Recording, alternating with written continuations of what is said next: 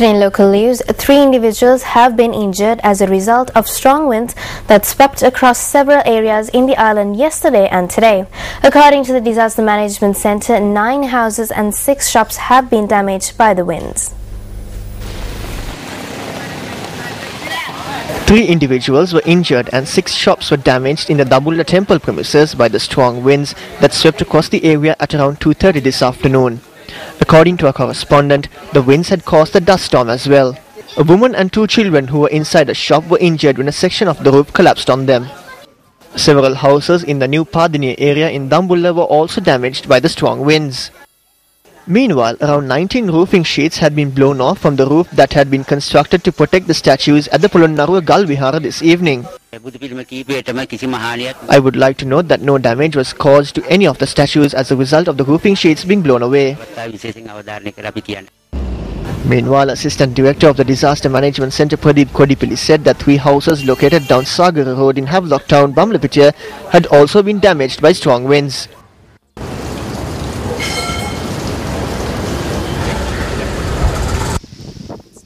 Deputy Director at the Batiklo District Disaster Management Centre in Inbarajan said that gale force winds had been experienced in the district. According to our correspondent, the strong winds had been accompanied by heavy showers. Moreover, 6 houses in the Kadirana area in Negombo were damaged by strong winds that swept across the area last evening. When we made inquiries from the Met Department, the officials on duty said that such winds could be experienced during this time when the southwestern monsoon has been activated. The department also noted that winds could reach speeds of 40 to 50 kilometers per hour. The department added that strong winds could develop with the onset of rain and the eastern province is likely to be affected. Meanwhile, 1 person was killed and another was injured when a tree fell on a lorry in the Gattahatta area on the Colombo-Ratnapura road. According to the police, the incident had taken place at around 4:30 this afternoon. The injured individual has been admitted to the Abhisavala hospital. Up next is Action TV.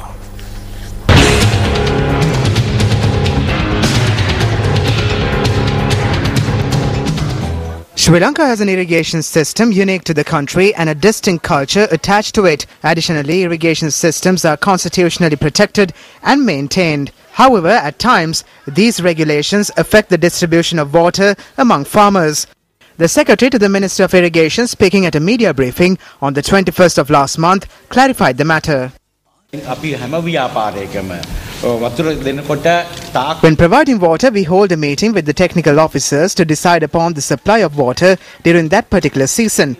In the district, we have to hold a meeting for each season and no government agent or any other official could go beyond that decision. Although these rules were applicable to the distribution of water to farmlands during different seasons, political intervention has hindered the implementation of the law. The subdivision of the Velioya, which was revealed by Action TV last Thursday, was an example of the attempts made to supply more water to a selected group of farmers. The leader of the House of the Uva Provincial Council accepts the fact that he was involved in the subdivision of the Velioya. He points out his right to intervene in certain matters pertaining to Velioya project. It is Galagamarachi who walked around 13 kilometers with Minister Jagat Pushpakumara for the Velioya project. Galagamarachi was continuously committed towards ensuring the supply of water to Hambegamuwa. The leader of the House of the Uva Provincial Council may have raised his voice as a public representative to provide water from the Velioya to the Hambegamuwa tank. However, the canal was subdivided in a manner where water is not provided to the Hambegamuwa tank according to a request made by the leader of the House of the Uva Provincial Council from the Director General of Irrigation. The technical officers in charge of the canal and the engineer in charge of Umaoya also came here and gave instructions to the farmers and the anecut was constructed. However, the technical officer did not complete work by obtaining necessary funds from the farmers' organizations, and that is the reason for this situation. As the Hambegamuwa tank does not receive water, around 600 acres of paddy lands nourished by the tank are being destroyed. However, 160 acres of paddy land nourished by the Induruga Swaber benefited through the subdivision of the canal. Shouldn't this arbitrary diversion done a year ago, violating the prime objectives of the Velioya project to fulfill a request of the leader of the House of the Hoover Provincial Council, be corrected at least now? Director General of Irrigation, this is over to you.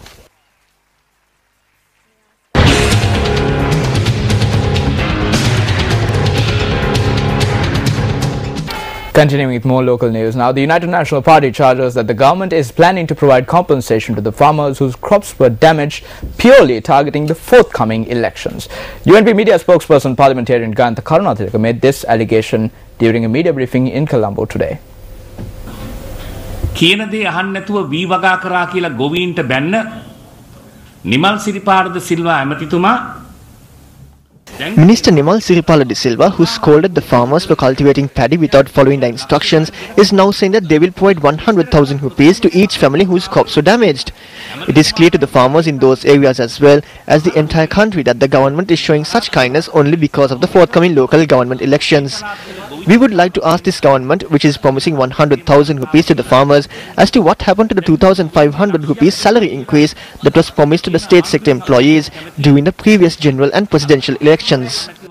ජනාධිපති වර්ණවලදී දියුරලා පොරොන්දු වෙච්ච රාජ්‍ය සේවකීන්ට වැඩි කරලා දෙනවා කියපු රුපියල් 2500 වැටුපට මොකද්ද වෙලා තියෙන්නේ කියන්නේ. Let's now take a look at the cartoon of the day, which we selected amongst today's English newspapers.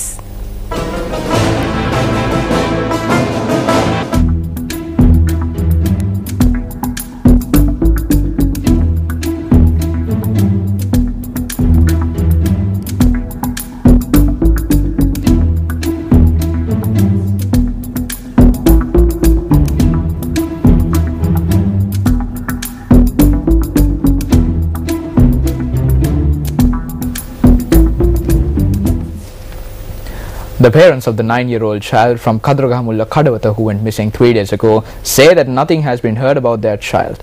The mother of the child said that the child had gone missing last Saturday afternoon. The child, who was a resident of the lower Karagahamuna area in Kadawatha, was a student at the Kirilavala school for the differently abled in Kadawatha. The child, Duminda Prasanna, has a brother and a sister. Duminda's mother works as a housemaid to upkeep the family. She said that as usual her child had followed her while on her way to work last Saturday. On their way, the child had visited a nearby shop. The child came and asked for a toffee. He didn't have money, so I felt sorry and gave him one. No information has been received about Duminda, who had then left the shop. According to our correspondent, following a complaint made by the mother, the police had commenced investigations and even used police dogs, but had drawn a blank so far. Now, charges were filed against journalist Susil Kendalpitia and 2 other individuals before the Colombo Additional Magistrate today. The charges were filed following a motion that was filed by journalist Kendalpitia calling on the Mirihana police not to delay filing charges against him as advised by the Attorney General. A woman who was also connected to the case has been named as a respondent by the police. The counsel for the respondent had informed court that the woman had been named as a complainant when the complaint was lodged. The magistrate postponed the case to the 21st of August. The case was filed over the discovery of a firearm in the vehicle in which Susil Kendalpitia and a group of others were travelling in during the last general election period. When the case was taken up in court today, a charge sheet was filed. What is significant is that the woman who was named as the plaintiff when the case was filed has now been made a respondent in the charge sheet that was filed today. This charge sheet will be examined on the 21st of August.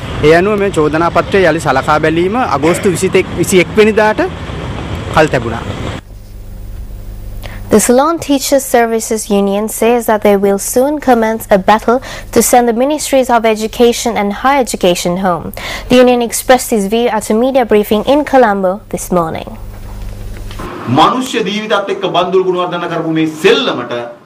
Bandhu Gunawardena should at least now accept the fact that he played games with people's lives and stop making laughable statements.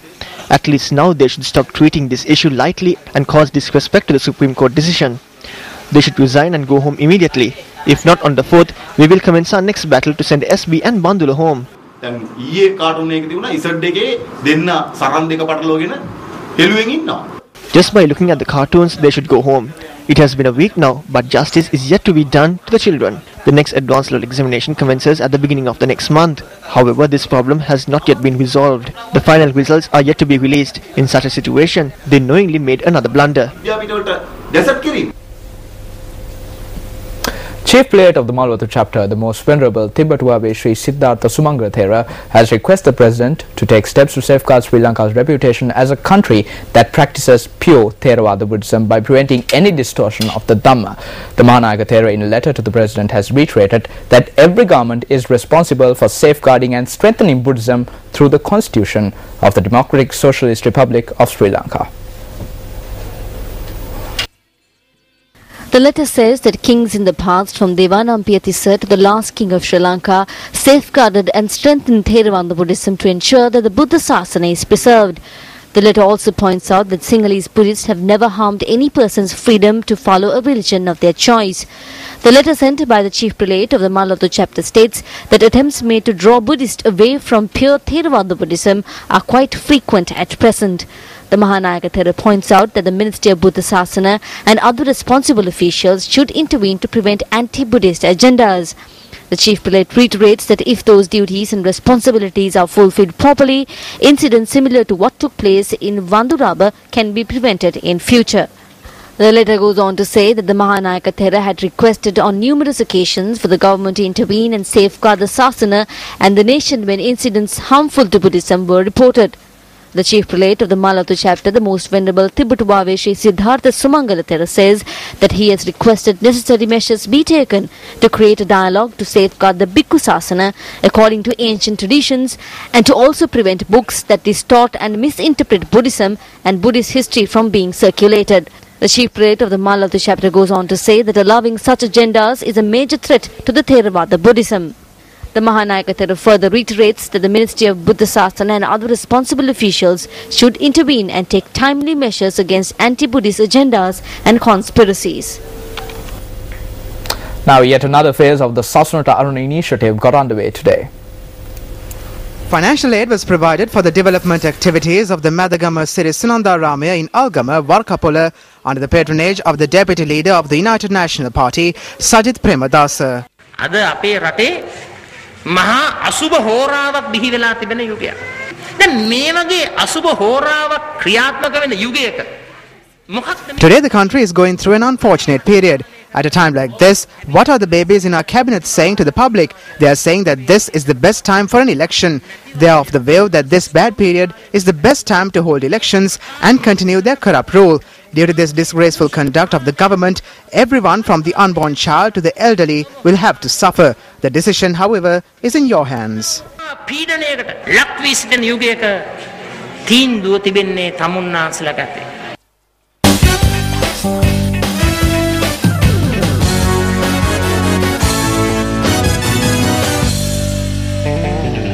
Very good evening to you. You're with Sports First with me, Suan Fernando. Starting off with some cricket news, afternoon showers further disturbed Pakistan's push for a result against Sri Lanka as only one session could be played out on day 3 of the second test at the SSC grounds in Colombo. Pakistan declared their first innings on 551 for 6 and Sri Lanka in reply was 70 for 1 in their first innings as no further play was possible after lunch. Pakistan resumed batting in their first innings on an overnight score of 488 runs for the loss of 4 wickets. The visitors added 63 more runs to their total, losing 2 wickets in the process and declared their first innings on 551 for 6. Pakistan skipper Misbah ul Haq, who remained unbeaten, reached his 17th half-century, while Abdur Rahman contributed 18 runs. Rangana Herath bagged 3 wickets for Sri Lanka. In reply, Sri Lanka made 70 runs for the loss of 1 wicket and rain prevented play from resuming after lunch.